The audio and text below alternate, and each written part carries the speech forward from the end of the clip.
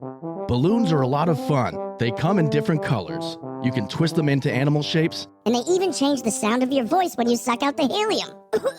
Hold on. Ooh, I'm a little lightheaded. Now, I want you to picture 1.5 million balloons floating through the sky. The year is 1986, and it happened in Cleveland, Ohio. The stunt was supposed to save the city, but instead, it turned into a PR disaster. The streets were littered, the airport was shut down, and 2 fishermen went missing. It's a story of good intentions, bad planning, and one very regrettable Guinness World Record. We're going up, up, and away today on Death in Entertainment. Whee!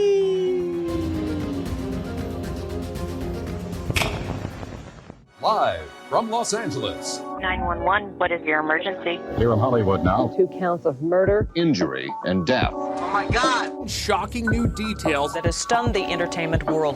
This makes me a little nervous. The hair stood up on my arms. Just like in the movies. What do you call this thing anyway?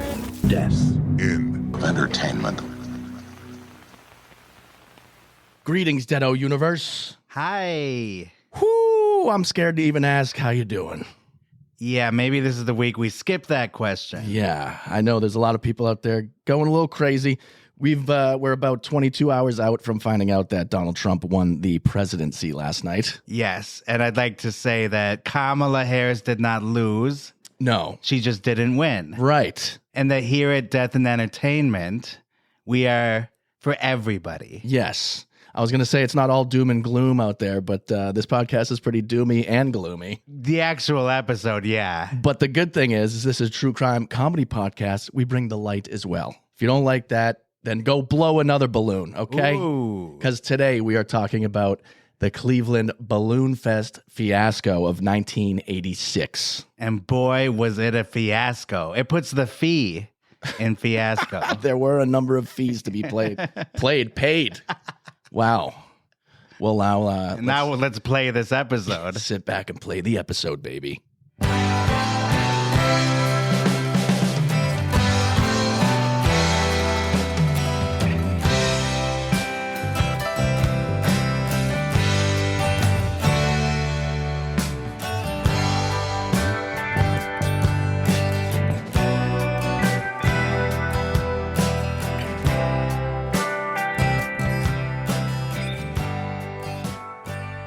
I've had enough news coverage from this week. Yeah. So I would like to go to 1986, please. When we were just a few months old.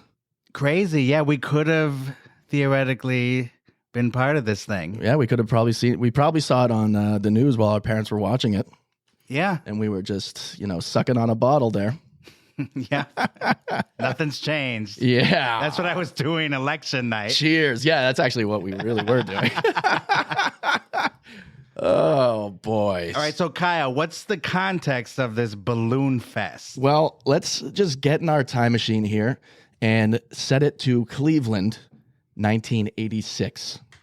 What notable events had been going on around that time? There's actually quite a lot. On January 31st, 1986, at 11:45 a.m., there was an extremely rare 5.0 earthquake that rocked the state of Ohio just about 20 miles east of Cleveland. In Ohio? Yeah. Wow. So it was right outside of Cleveland, a 5.0, which people are like, that's not a big one. But the first earthquake I ever experienced in Los Angeles was in 2016. It was a 5.0, and I was in the movie theater watching The Conjuring 2.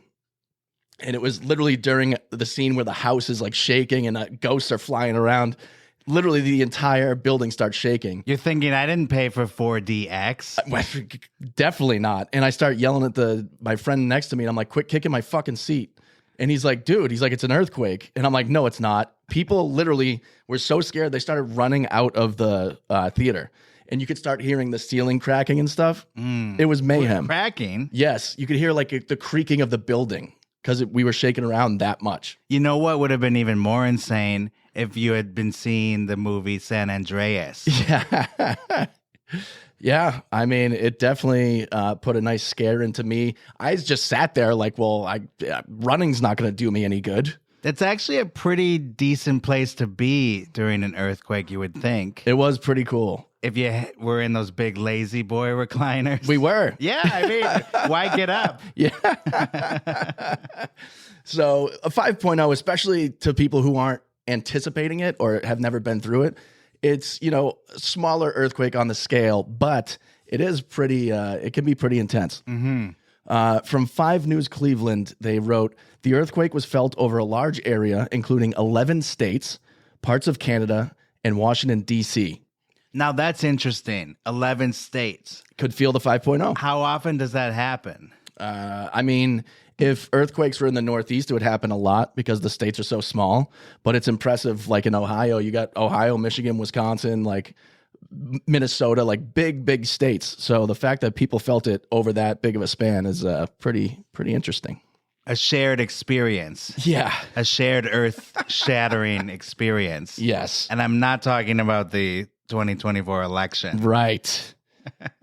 They continue. They said, when the earthquake hit, the greatest concern was towards the Perry Nuclear Power Plant in Lake County. While it wasn't operating at the time of the earthquake, it was scheduled to load fuel rods the next day. So they had like the nuclear waste or whatever they put in there just sitting around. It's disconcerting. Yeah. Experts said the inspections of the plant after the earthquake revealed only minor cracks in the concrete and small leaks in non-critical water pipes. So, thank God. Disaster averted. Yeah.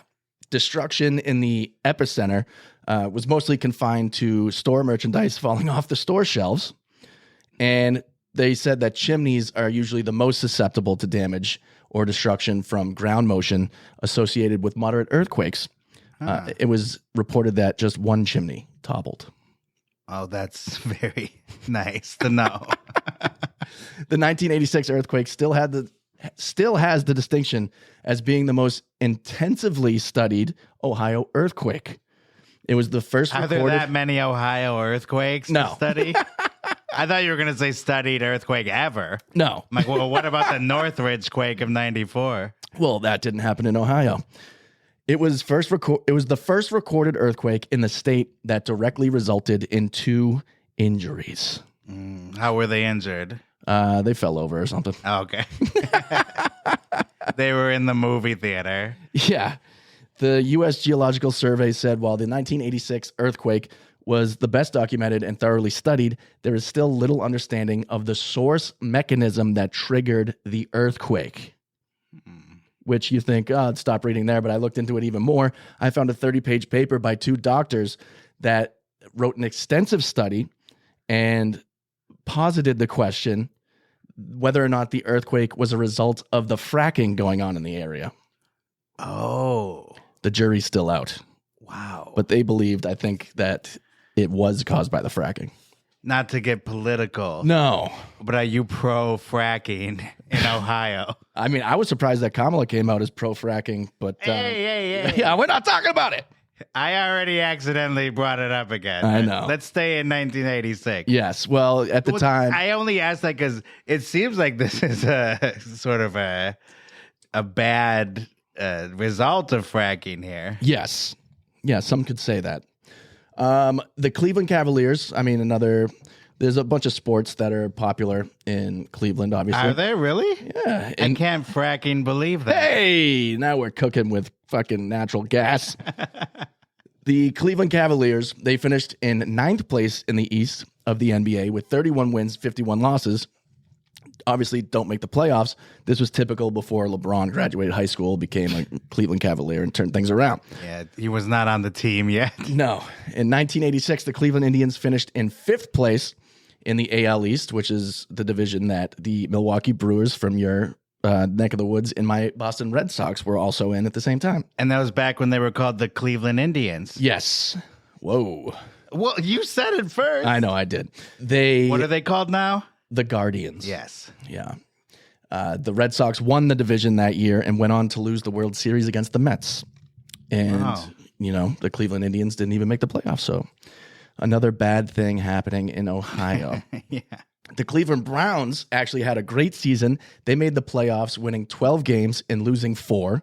Oh. It was the best record season they ever had. That's a good record. But even though it was the best season they ever had, players and fans felt like there was a black cloud hanging over the team because one of their star defensive players, Don Rogers, a safety from UCLA, and co-player of the game at the Rose Bowl, the biggest college football game ever at the time, died due to an accidental cocaine overdose on June 27th, 1986.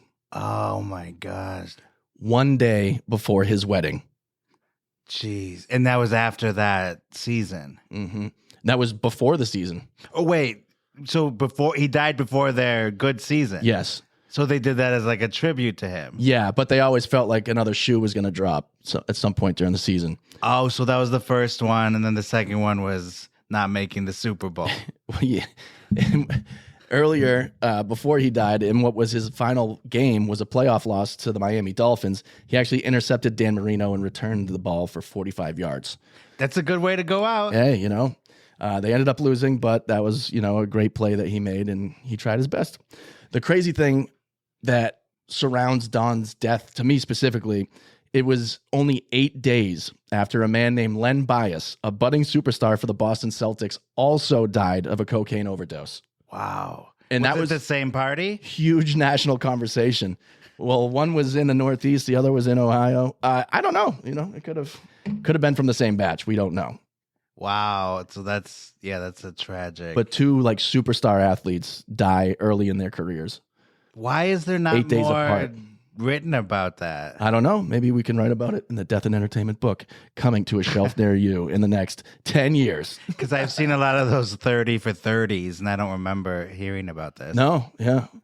Not awfully discussed. Yeah, that would suck. I mean, one day before your wedding, too. Like you're just having fun with you're just hanging out with your boys. Yeah. And your wife's hanging out with her girls. Like all your best friends are in the same spot, about to have a great day the next day. And yeah, that's it. You got your whole career and life ahead of you. He was 23 years old. Don't do drugs, kids. Yes, and if you do, make sure they're safe. The Cleveland Browns, they were, like I said, they were waiting for the other shoe to drop during the season, and it would come in the ball. Hey, balls getting dropped on their face. They were in the AFC Championship against John Elway and the Denver Broncos. The Broncos were pinned on their own 2-yard line. I think there were 5 minutes left, and they had to go 98 yards to be able to score a touchdown to tie the game at the end of the fourth quarter. Yeah. John Elway and the Broncos would produce a series of plays resulting in a game-tying touchdown, which would later become known as, quote, the drive. This is when possessions like this were extremely rare before Tom Brady did it like damn near every month of his career. Yeah.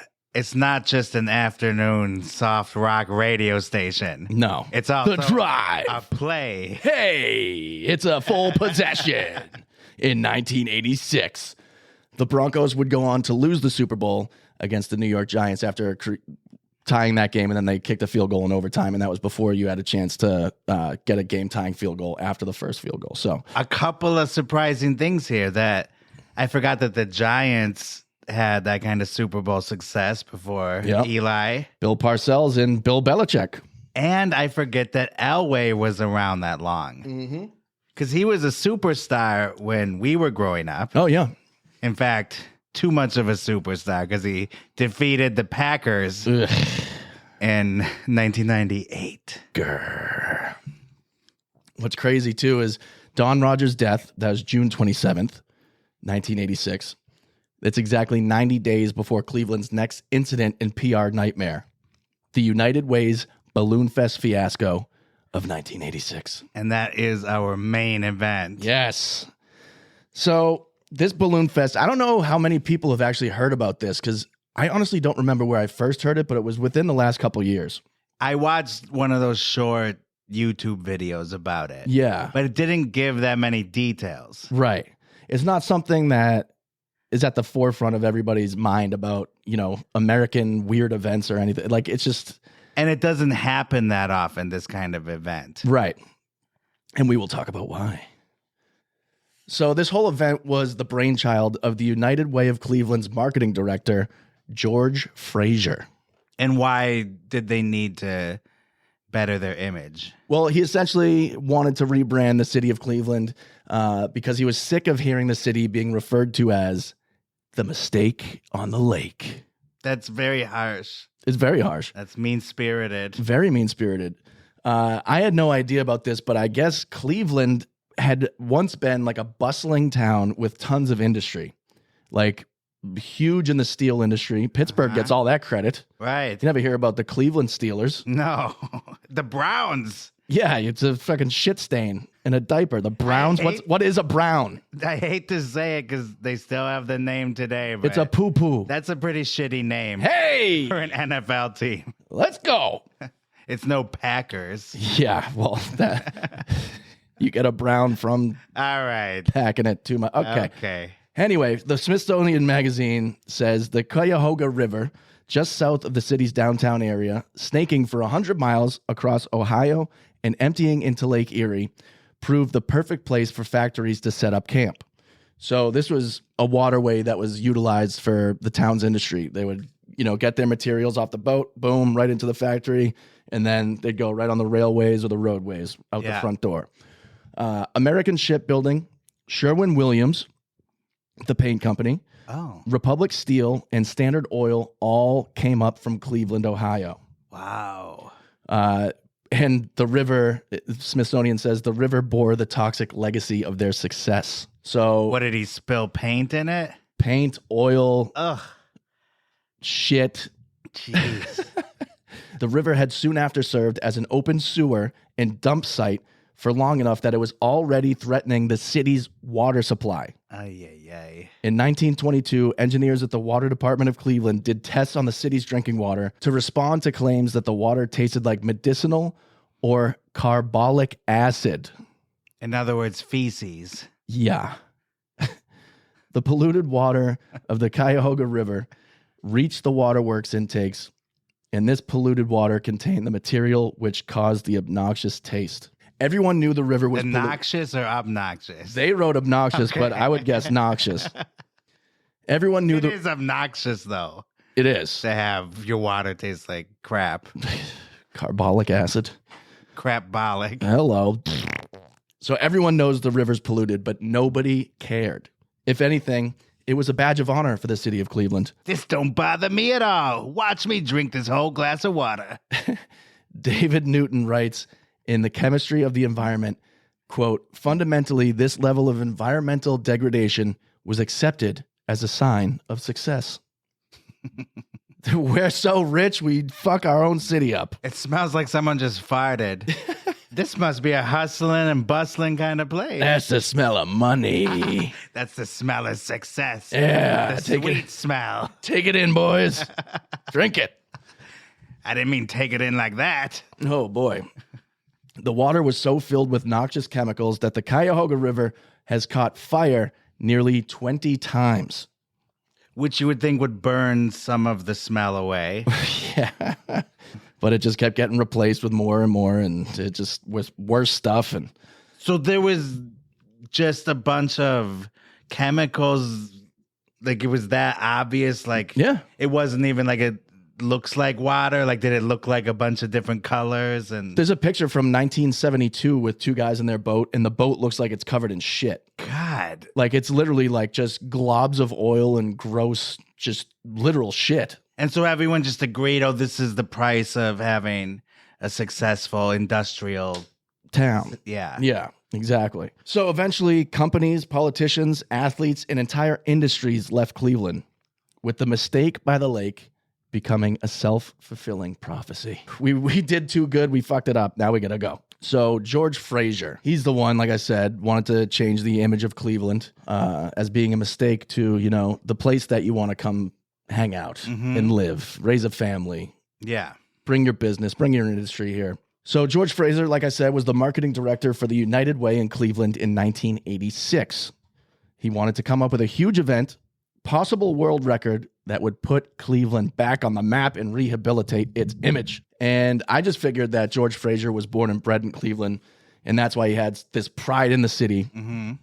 But the more I read about him and his background and what he has gone on to do, he just essentially was a businessman who wanted to put Cleveland on his back and make a splash doing it. Just being like the Trump of Cleveland, pretty much. Hey, Follow me. what did we say about?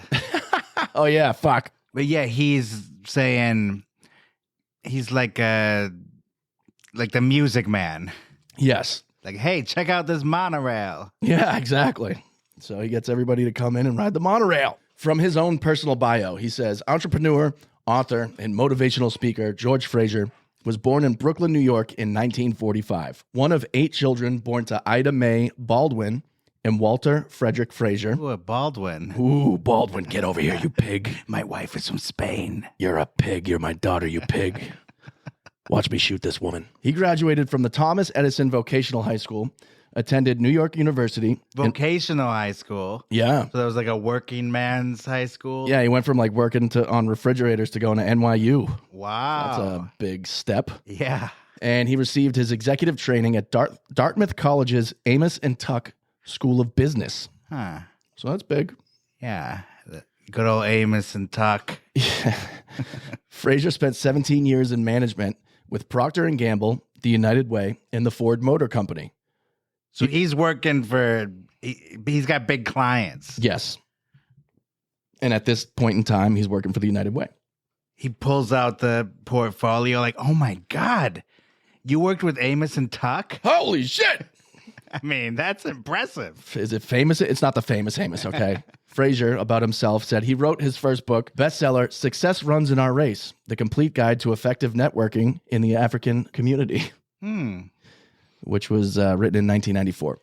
African? I thought he was from Brooklyn. His second book, Race for Success, The 10 Best Business Opportunities for Blacks in America, was selected as one of the 10 best business books of 1999 by Booklist magazine. He's also the creator and publisher of the award-winning Success Guide, the networking guide to Black resources. So there's a pattern here.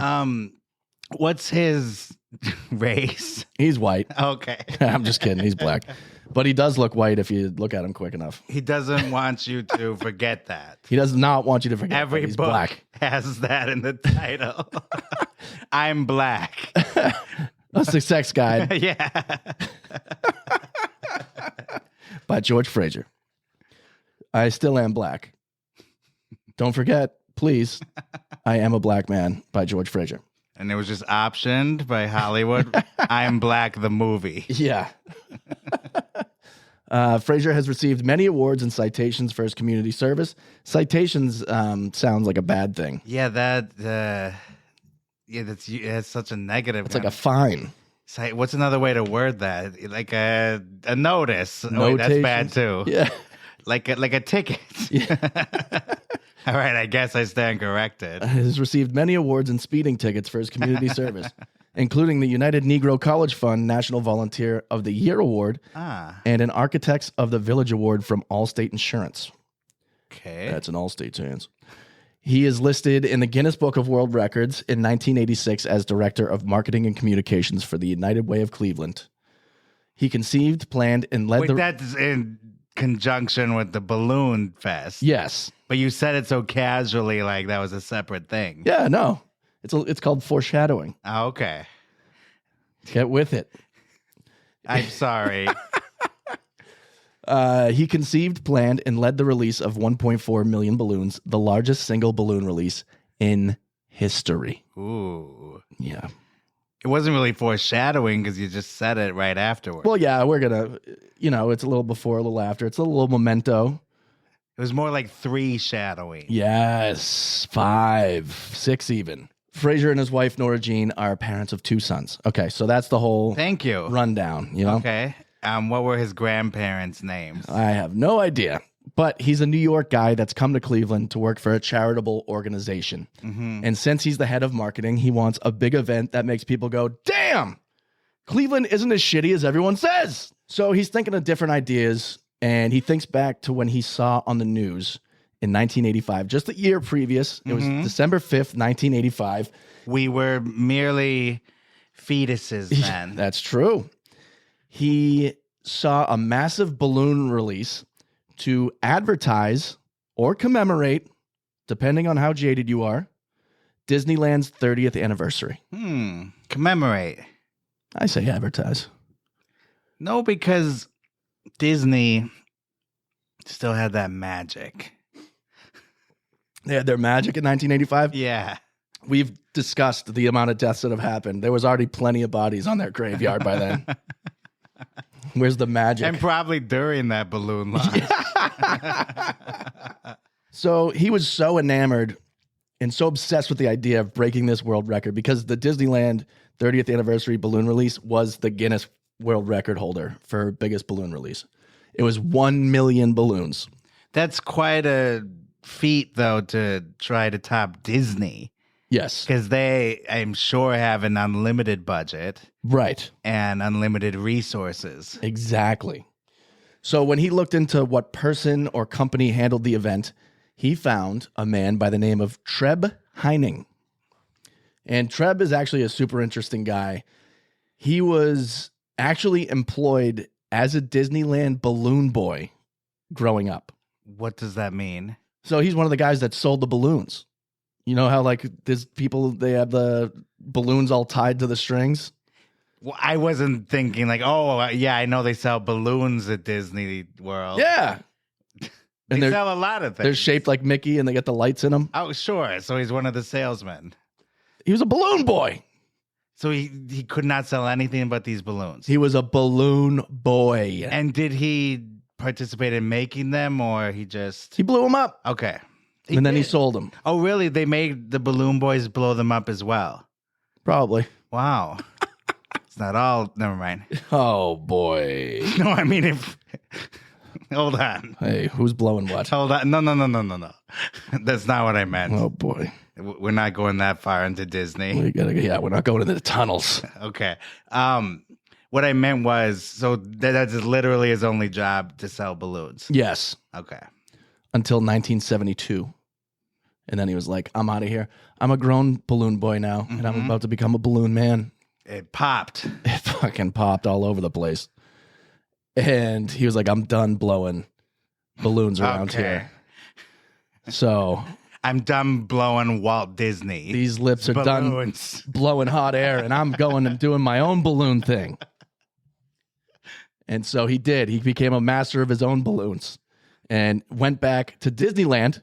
That's what I was wondering because it's not fair because I know a little bit about this guy. Yeah. That balloons are his thing. Right. That's why I was wondering if it was chicken or the egg. Like, did he show up at Disney World one day saying, hey, check out my balloons? Yeah, I think he would be immediately kicked out. I think it was by absolute fate. They're like, all right, you got spunk, kid. Yeah. We'll give it a shot. It was the perfect job for him because he literally went out, made his own company, and he actually created this, what is it, trademarked? Yeah. It's like its own, I guess, trademark company, own trademark system of balloon arches that nobody else has come up with. Okay. And so that's his. What are the exclusive, trademarked? No, it's like you got to fill out those like inventor contract. Oh yeah, he has a patent. Patented. Patented. Yes. There we go. Patented balloon arch system. So he goes back to Disney and he's like, I want to be a balloon guy. Right. And then after he comes up with this system, he's like, can you imagine a bunch of balloons on this, being released in Disney World? Wouldn't that be magical? Yes. But before that, he's like doing events with arches and stuff. And he's making these crazy like balloon formations. And they're like, okay, settle down, balloon guy. Yeah. Why don't you go do some of our small events at like hospitals and museums and stuff? So he does his first one at the Children's Museum of LA. So he's sort of a Patch Adams to begin with. Yeah, they put on a nose on him and then have him traipse out there with some funky balloons. Yeah, wearing bedpans as sandals. Yeah, exactly.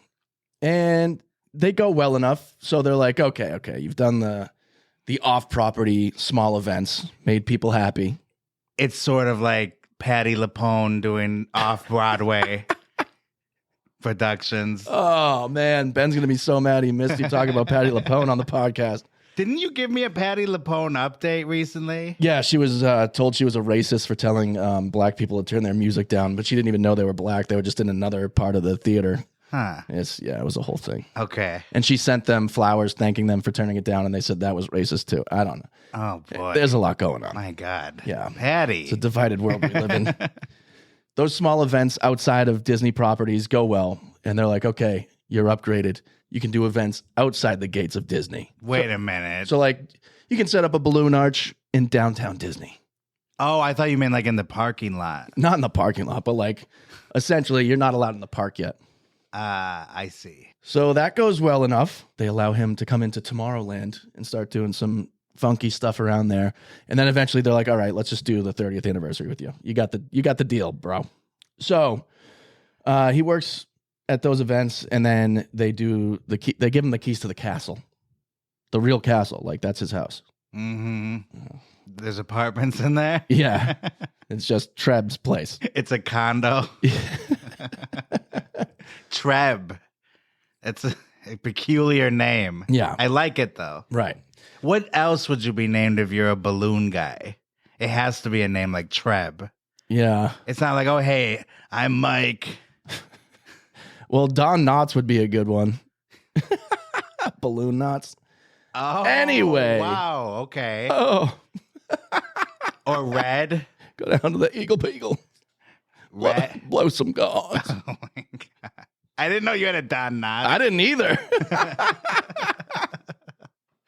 Oh, new character. Here we go. You missed it. I said Red would also be a good name for him. Red. Like Red Balloon. Red balloon. Blue, yellow, green. Hello. The red bottoms to fit your Don Knotts reference. Yeah. Anyway. Eagle Beagle. So Treb, he does the world record on December 5th. George Fraser sees that in Cleveland. He's like, that sounds fucking awesome. I'm doing it. So he calls Treb. And he's like, Treb, what's up with your name, first of all? Secondly, I hear you're the guy that released 1 million balloons in Anaheim, a world record. And Treb's like, yeah, that was me. And so he goes, I want you to do the same thing for the United Way in Cleveland, but only with 2 million balloons. It's 2 million? Double what he had previously done at Disneyland.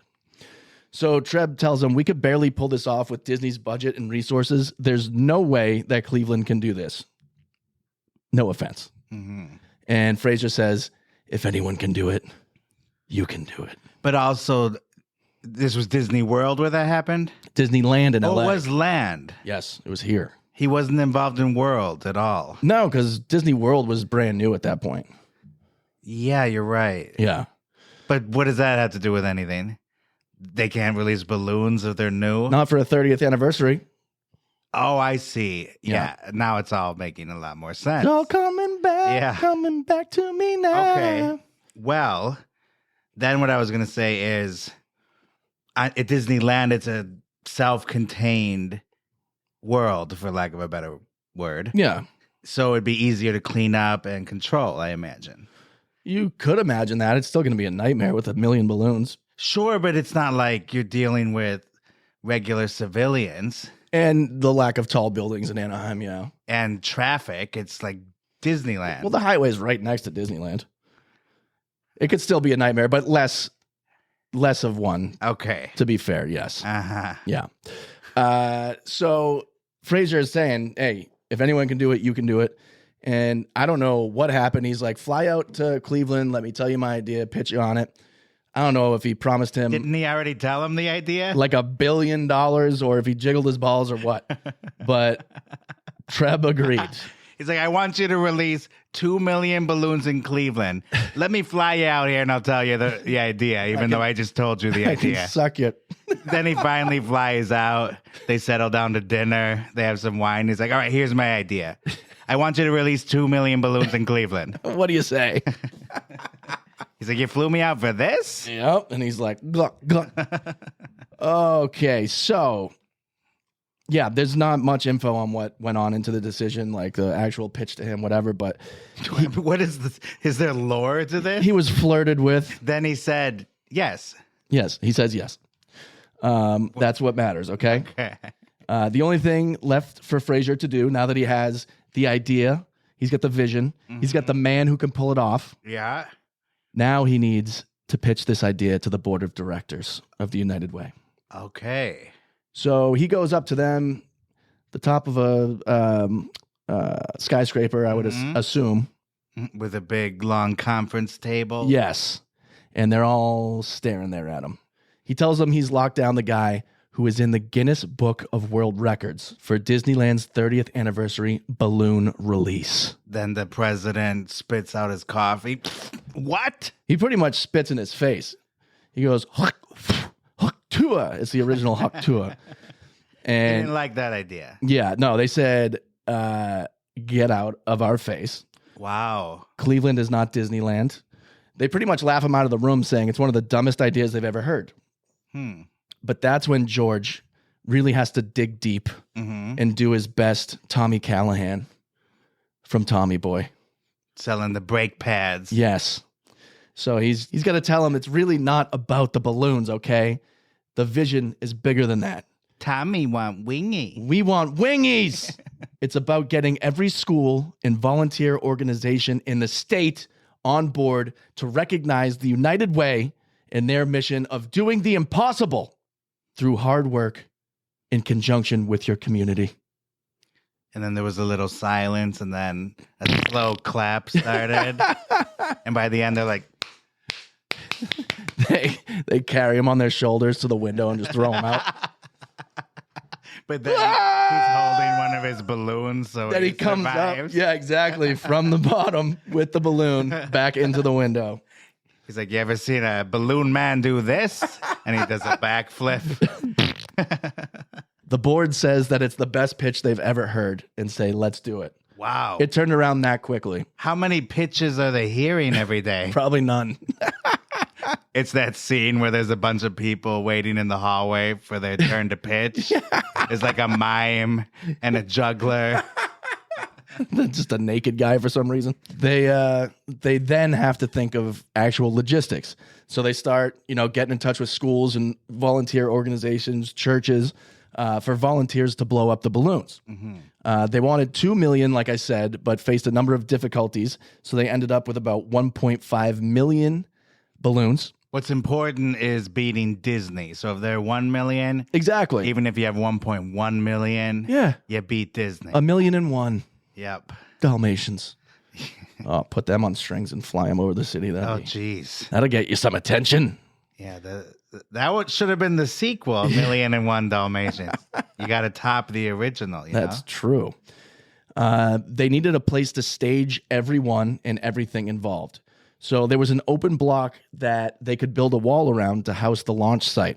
And you said this is September, Yes. so it's still pretty warm. Well, Ohio, it might be cold already. It's right on the river. It's north. Yeah. September in Massachusetts starts getting pretty cold. Yeah, but that's Massachusetts. I'm from Wisconsin, Yeah. and it was still fairly warm Yeah? in September. By Halloween is when it really drops off. Yeah, that's true. All this to say that I imagine that made it easier to store the balloons if it wasn't too hot or too cold. Yes. In a perfect world, it would have been great. But this is Cleveland, after all. So there was an open block that they could and would build a wall around to house the launch site. An entire city block was fenced off. They built a fence themselves. Then they needed a net big enough to cover a city square so they could fit all the balloons in. So they had to find a net guy. They had trouble finding a net guy because a lot of net guys can't make a net big enough to cover a city square. Here's the card for Jeb. He's a net guy. Jeb and Treb. What can I do for you? I like nets. You need a big one or a small one? Or a big, small one. Yeah. You're going to blow what now in this net? He's just a giant mustache. Now this will really wet your whistle. They're like, actually, we're just going to go to Home Depot. So they can't find an actual manufacturer that's going to make a net big enough that, will work. They can't even tie two nets together. They got to figure things out. They couldn't even find a lunch lady with a head big enough. A hair net. You know what I mean? Yeah. Okay. Another Chris Farley reference. Hey! Sort of. Kind of. Lunch Lady Land? Yep. Okay. Yes. So they end up having to really scratch their brains, tickle their craniums. Hey. And they came up with an idea of someone had seen on the news that a space shuttle was covered in a net because they had to open the top one of one time. and in space, and so nothing would like fly out and float away. There was a big net. Wow. Yeah. So they got in touch with that company, and that company's like, let's do this shit. Wow. So they got their net straight from NASA, someone that worked for NASA. Did you know that they made a movie about this? What? Actually, a TV. Well, actually, it was in theaters. Called The Net? It was Sandra Bullock. Okay, so NASA is happy to oblige. Well, a NASA contractor. So it's like a company that supplied a net for a NASA launch. Yes. Okay. Yeah, NASA. A subcontractor of NASA. NASA. Sure. We'll say NASA. Why not? Just get sued for misinformation. I did not order my McNuggets from McDonald's. I ordered them from a worker That's at McDonald's. right. Correct. With all this going on, the United Way got its biggest contributions from the community ever, totaled over $47 million. Where did it come from? All the community. Wow. It's crazy. And that's 1980s money. Yes. That's a lot of money. It's a lot of money. For a failing town, I couldn't even imagine that they could pull off $47 million, even today. And today that would be worth like $47.5 million. Probably 120 something, maybe. Yeah. So far, the mission is working. So the budget of Megalopolis. Yeah. Oh, boy. Which, for the United Way, it's good. For Megalopolis, it's not that good. Yeah. It is a net loss. Net. Did you hear? So before the Balloonfest launch, there were about 2,500 people blowing up balloons at a rate of about what they expected to be 2 balloons a minute. Who's blowing the balloons? Kids. Oh. It's mostly high school students. So it's like a sweatshop. Yes. And for their time, they were given a United Way t-shirt, which was nice. Oh, well, that's worth it. Yeah. But they had to be shirtless the whole time. Then they got to put the t-shirt on. Oh, God. Yeah, it was really messed up. Why do I have all the fake facts today? I was thinking that would actually be cool they probably got out of school to help do this. On the Friday, yes. Just one day it took? One day, yeah. Oh, well, yeah, they got out of school then. Yeah. Wouldn't you partake in this event if it meant skipping school? Yeah, why not? You don't sound very enthused. So they estimated it would take about 4 to 6 hours. It took 5. That's actually perfect. Pretty quick. It's right in the middle there. Yeah. So to blow 1.5 million. Whoa. And a half. Guys. Wait. Yeah, 1.5 million balloons.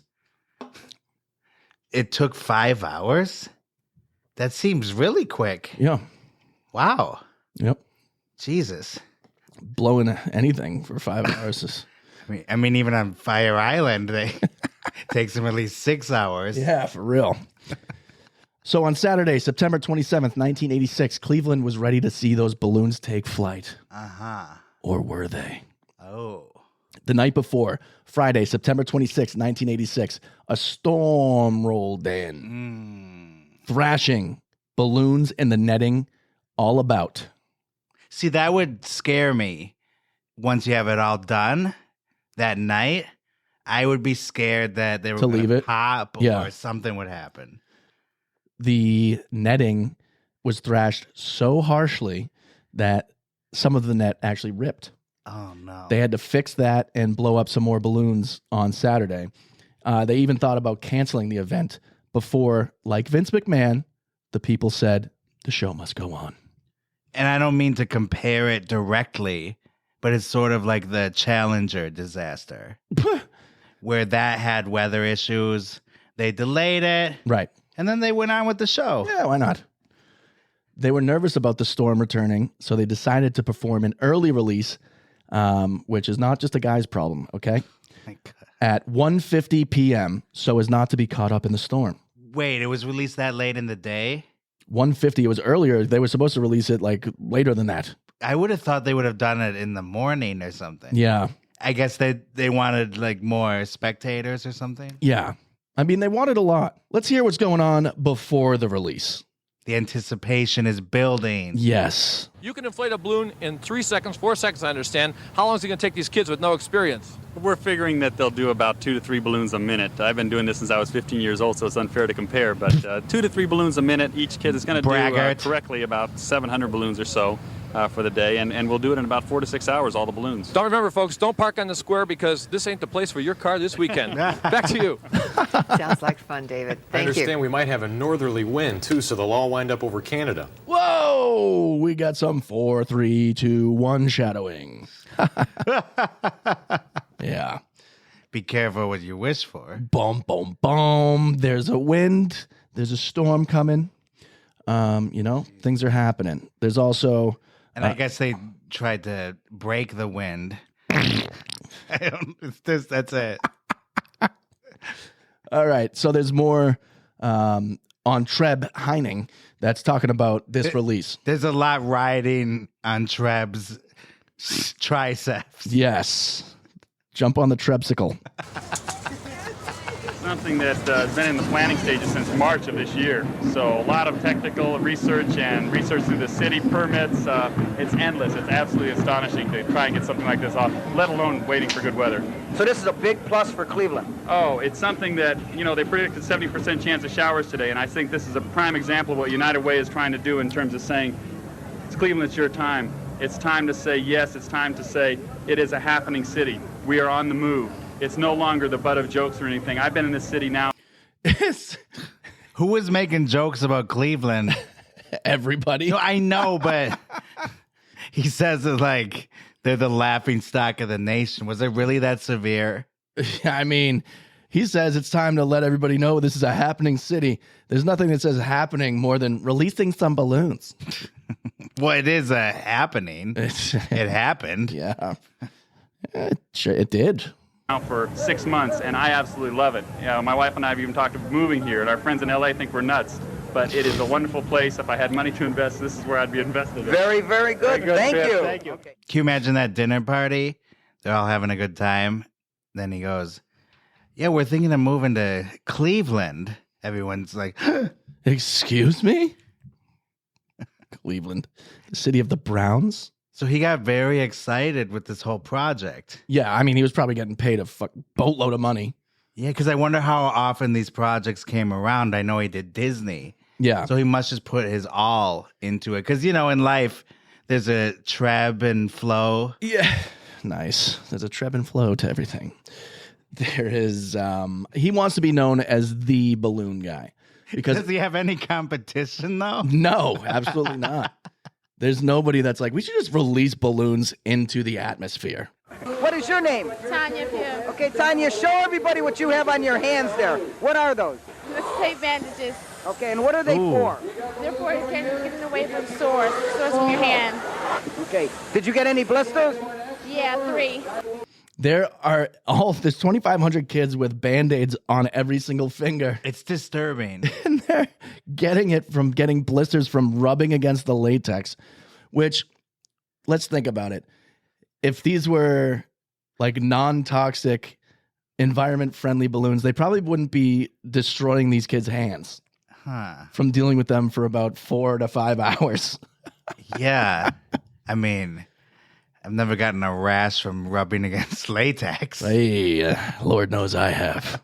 No, but you know what it reminded me of? Seeing all the bandages on the fingers. What? John Doe from 7. Oh. Because remember, he cuts off his fingertips so there's no fingerprints. Prints. And he's got the little bandages on it. Yes.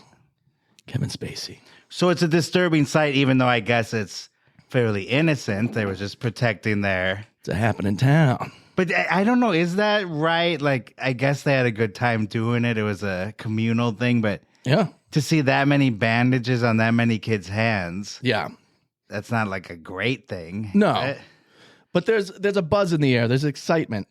There's also nervousness that, the storm's going to come in and ruin everything. So when there's a break in the storm, the balloons, they dry off, which was a big part of it because it rained the night before when the netting got ripped and all that stuff. Mm-hmm. So you can't really release wet balloons into the air. They'll just kind of not go anywhere. Right. So you had to wait for them to dry and then wait for a break in the weather and then go, hey, this is our opportunity, 1:50 p.m., let's go. Right. Obviously, when they release the net, it's a spectacle, but it's not as beautiful as I think they had imagined it would be, because it literally looks like a contagion that's just being spread throughout the city. It looks like noxious smoke. Yeah. Or obnoxious smoke. Yeah, obnoxious. It looks like a flood of multicolored locusts. Yeah. Going through the air. But then we saw HD footage of it in another video. Yeah. And didn't that look better? It looked a little better, yeah. Because in the grainy, fuzzy old news recordings of it, it does look like a blob of orange and red. Yeah. When you could see the edges of the balloons and that they're all separate, it looks pretty cool. So in person, it probably looked awesome. But yeah, the old footage where it's just standard definition, it just looks like a glob of shit. Yeah. That's about to kill something. Yeah, or an apocalypse. Yeah, it looks like an apocalyptic event. Aliens landing. Yeah. But the release is then recognized by the Guinness Book of World Records as the #1 balloon release ever, surpassing Disneyland's record from the year before. And all went well, and everyone went to bed. The end. Thank you guys so much for listening to this podcast. I would like you to go to Spotify, iTunes, YouTube. Wait. What? That can't be the end. What are you talking about? Oh, yeah, we did come here to talk about death. Yeah. I'm kidding. The balloons immediately got caught up in the wind and were pushed back over the city of Cleveland, resulting in many, many difficulties around the city. First, obviously, being pollution. Hundreds of thousands of balloons were forced into Lake Erie or popped and scattered around parks and other natural locations where animals could and would be affected. It was an eerie sight. Yeah, it was very. And it was unsettling. Hey, Erie Lake. I get it. The visual. Tommy want wingy. Wingy! Erie wingies. The visual distraction reportedly caused a number of people to swerve and cause car accidents all over the city. Likewise, people were so enamored by the sight of the balloons that they stopped paying attention and slammed into cars and medians. They're like, oh, isn't that beautiful? Whoa! Holy God! I just killed a family.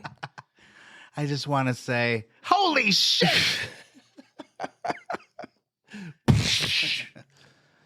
I tried to look up the amount of auto insurance claims in Cleveland in late September 86 to see if there was a surge, but obviously couldn't find anything.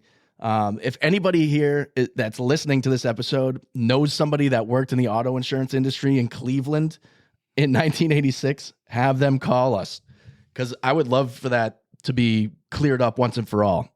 Sounds like it could be a Ryan Murphy crime drama series. the Balloon Massacre. The insurance, where they're just getting calls all day. Oh my God. So anyway, the Burke Lakefront Airport had to be shut down due to the dangers of having, 1.5 million balloons in their airspace. And that's a pretty major airport. Yeah. They had balloons everywhere in their space, and then they were also falling to the ground and covering their tarmacs. After all was said and done, it was reported that they were only delayed about an hour, which is a miracle, because it sounds to me like it should have been way more. The real tragedy is that during Balloonfest, the Coast Guard was summoned to find 2 fishermen that had gone overboard off their boat in Lake Erie. A search and rescue mission in the water, Alejandro. Yeah. What do you think that they're looking for? The 2 fishermen. Yes, but specifically. Like their life jacket. Yeah. Their hat. Their heads. Or head. Because that's the only thing that's coming out of the water. Gotcha. And it's not as easy when you have hundreds of thousands of head-shaped balloons floating on top of the water. It essentially destroyed their search. Like, oh, we found him. Oh, and him, him. Wait, it's just Mickey Mouse. There's a million of them. There's a lot of balloons, and it ruins their search. Yeah, that would be a fool's errand. It really was. 2 fishermen, Raymond Broderick and Bernard Salzer, they had gone out and they were reported missing by their families on the day of the event. Oh, so wait a minute. So maybe.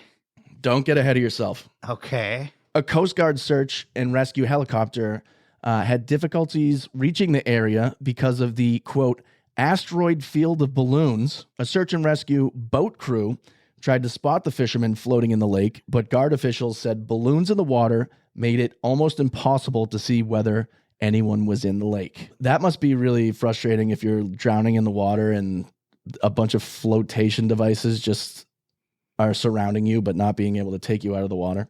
On September 29th, the Coast Guard suspended its search. It was futile. Yeah. The fishermen's bodies subsequently washed ashore about a week later. Wow, that's sad. Yeah.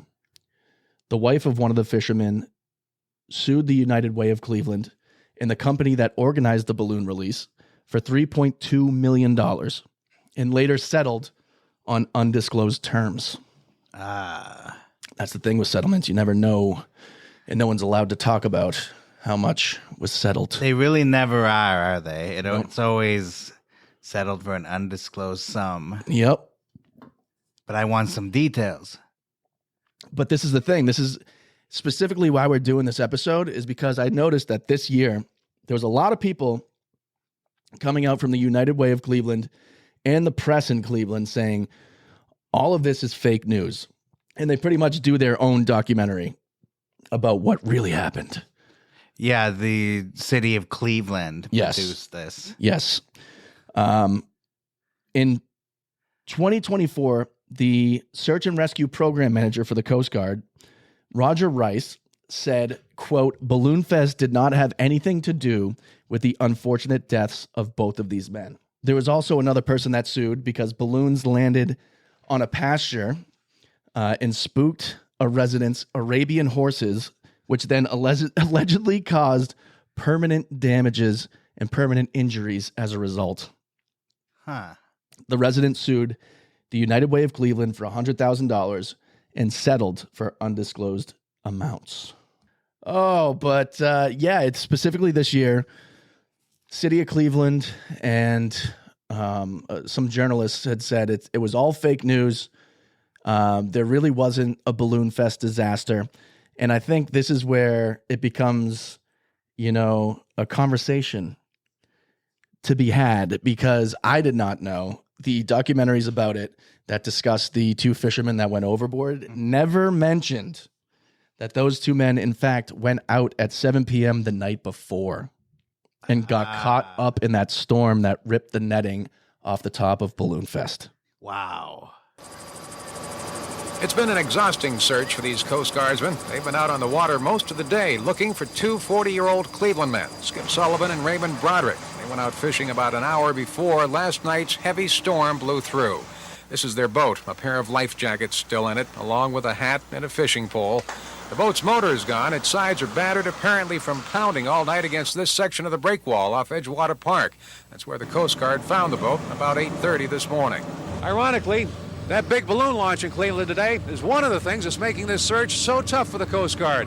Can you imagine trying to find somebody floating out here, or even spotting a life jacket with all these balloons on the water? It's like trying to find a needle in a haystack here, because you're looking for more or less a head or an orange life jacket, and here you have a couple 100,000 orange balloons, and it's just hard to decipher which is which.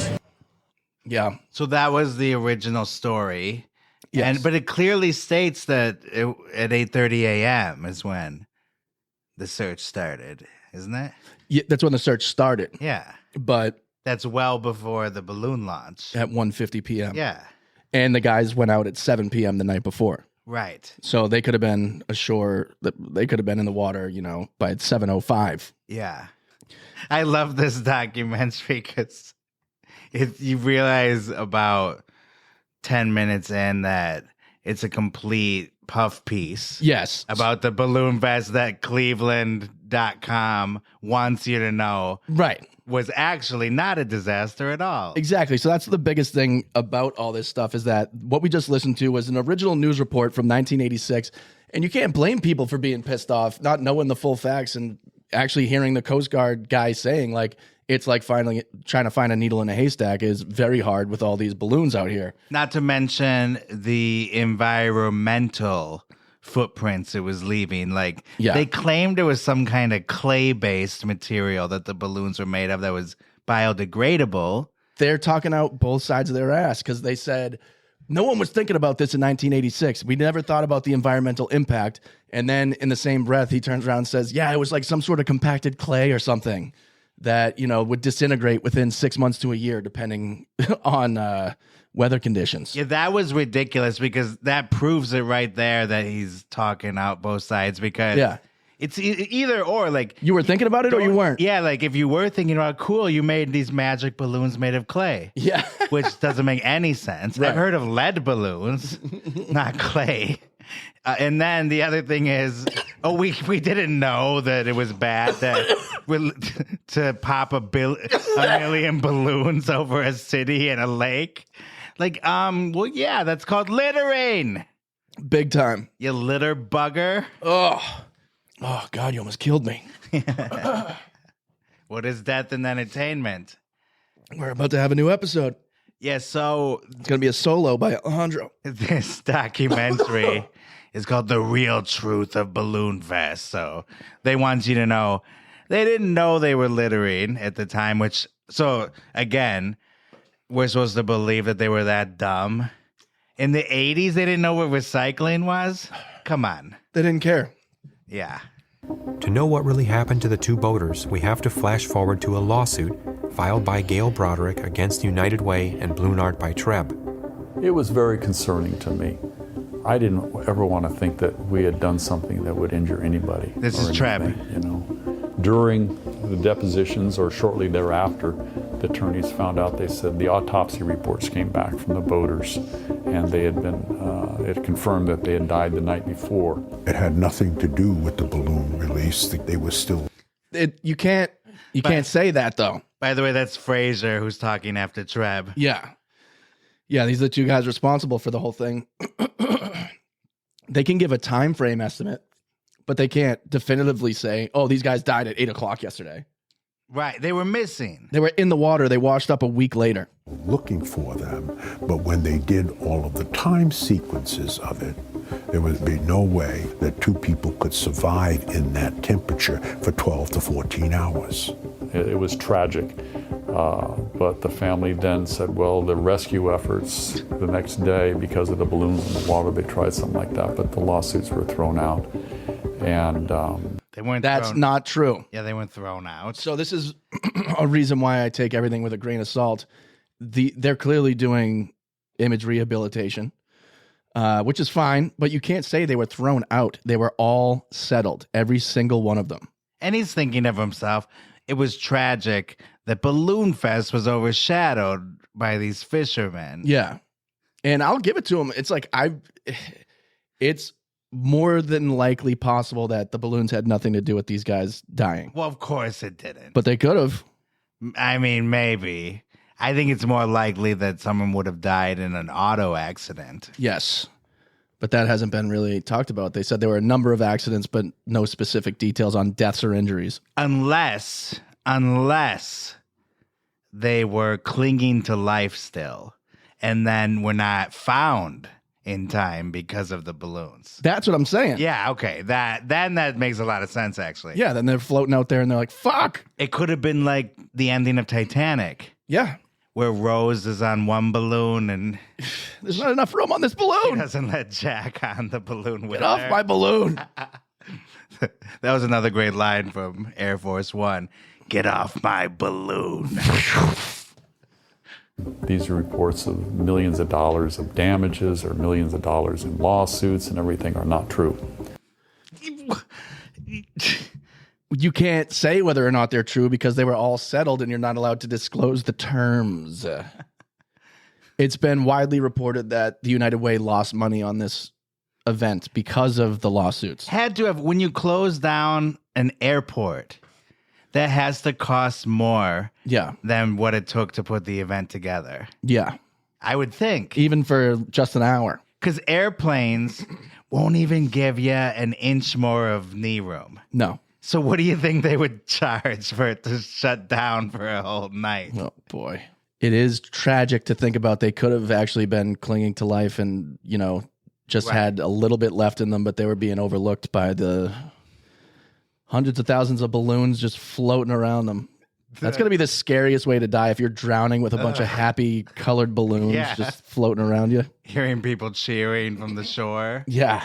And then maybe they weren't even seen, even if they were nearby the Coast Guard. Yeah, that's what I'm saying. Like the Coast Guard is paddling by and the guy's like, help! And then he hits him in the head. Yeah, the paddle just whacks him. He's like, like, nope, nothing here. Oh, I just hit a rock.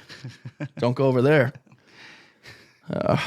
And it's very sad. Yeah, but the none of those, not one of the cases he was talking about, not one got thrown out. They were all settled. Yeah, for undisclosed sums. Yeah, and they tried to say that it wasn't the United Way that paid them out. It was actually their insurer, which is still true. It could be true, but they still had to pay the insurance to pay out the settlement. Right. And so the cost of their insurance was likely more than what the settlement was anyway. And Fraser says that in the documentary with a smile on his face. Yeah. He's like, oh no, we had a boatload of insurance for this one. So we were good. Not only was it insurance, it was black insurance. Oh my God. Did I mention I'm a black man? It was a black day in our history. Oh, but and I'm just saying that means it's a good day. I'm just saying that. Holy shit.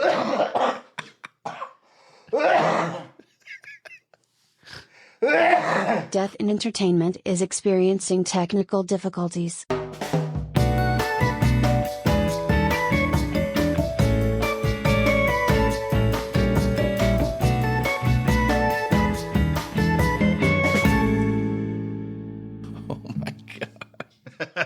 You're going to hear the noise that just came out of your mouth. Oh my God. That was insane. Wow.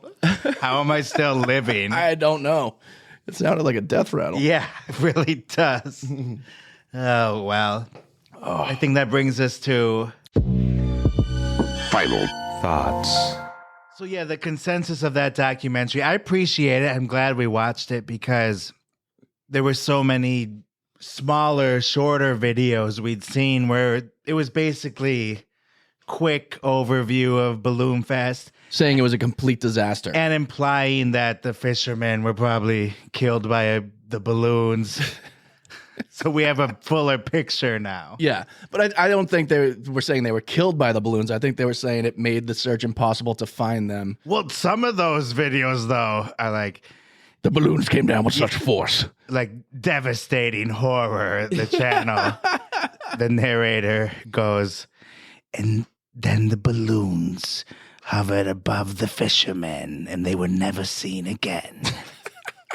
Yeah. So what do you think, Kyle? I think that the reporting had me believing that they were definitely to blame for those guys drowning because clearly the Coast Guard couldn't find their heads above water because they were looking at a million different heads, which were balloons. Right. But with how cold it was in the water, it's hard for me to believe that they were alive for 12 to 14, 16 hours before. I mean, as soon as it came out that they were in the water with their boat at 7 p.m. the day before, that kind of makes it null and void for me that Balloonfest was not at fault for these guys dying. And also it rained the night before, correct? They went out into a storm. And there was wind, correct? Yes. That's hard to survive the night in because it is a lake, but it also gets big waves. And people didn't see the boat. It was essentially just a big canoe. Like it had no top. Right. It's one of those canoes that you could just not a canoe. I don't know. It's a wider canoe, I guess. Like a wood boat. Yeah, like a small, like the most basic, but like Andy Griffith's fucking boat where he would tie like a fishing line to his finger. And Don Knotts would probably be a boat. Oh, yeah. It's a regal bagel. Come on down and blow me. Oh, my God. I think you could do a good Jimmy Stewart, too. Jimmy Stewart. Jimmy Stewart. That's fucking Sean Connery. I'm Jimmy Stewart. Oh, Jimmy Stewart. So the wood boat, the wind. Yeah, it doesn't sound like... Yeah, I think they were paid off just to kind of make it go away because they didn't want any bad press. And it sounds like the journalists from back in the day said that there was no bad press about this. And in fact, was it Fraser or Treb that came out and said, I will buy you a Lamborghini if you can find bad press about this event, a week after the event? I believe it was Treb that said that. Yeah, here's his challenge. He said 3 days. He said if you can find any newspaper or news outlet that had a negative article about Balloonfest 3 days or earlier after the event, then he'll buy you a Lamborghini. All right. So we need to find we need to find a negative article. We got to spend the day at the library and see some microfiche. And then our eyes will light up when we find the front page of the Cleveland Sentinel and it says, disaster in the sky. You get a Lamborghini. Hey! We're like, why does it say that in 1986? This is fucking Erie, Indiana, the TV show. You've got mail. Oh, we got mail. Wow. Get out of town.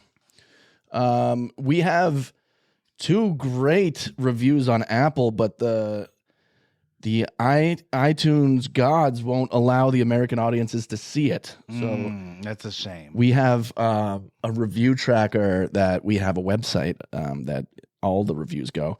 Our Great Britain and Canadian friends can't be seen on our regular iTunes thing. So here we go. We have a 5-star review on iTunes. Always entertaining podcast. They say, Deca21 says, it's thanks to Ben Kissel that I found this fantastic podcast, and now I'm currently working my way through every episode. Absolutely love these guys, and I don't think Alejandro has any idea how hilarious he is. It cheers me up just hearing his voice. With love to you from the UK. XX. Wow, that's too much. Yeah. Thank you. Another 5-star review from Vertigo Mofo in Canada, where a lot of these balloons landed. They say 5 stars, fantastic show. Love these guys. Wow. And you can't see those on our actual iTunes page. So I just wanted everybody to know that they exist. Okay. And Retro Biggie says, great Gacy episode. Whoa. And that he or she loves the podcast. That's great. Very nice. Any other housekeeping that we need? No, just we have some exciting episodes coming up in the next month. And remember, whatever's going on in the world right now, just know that we love you. Yes. And that everybody is welcome at Death and Entertainment. Death and Entertainment is not red or blue. It's black and white. Whoa. That is so racial. Well, I'm thinking of the logo. Oh, yeah. I mean, there's a little red glow around it, too. All right. Well, red is blood and blue is dead, so we're probably a little red and blue. Okay, well, there you go. Yeah. It's like a microcosm. Yeah, exactly. The country. Right. And until next time. Don't go dying on us. Bye-bye. You have just heard a true Hollywood murder mystery. I have never seen anything like this before. The movies, Broadway, music, television, all of it. A place that manufactures nightmares. Okay, everybody, that's a wrap. Good night. Please drive home carefully and come back again soon.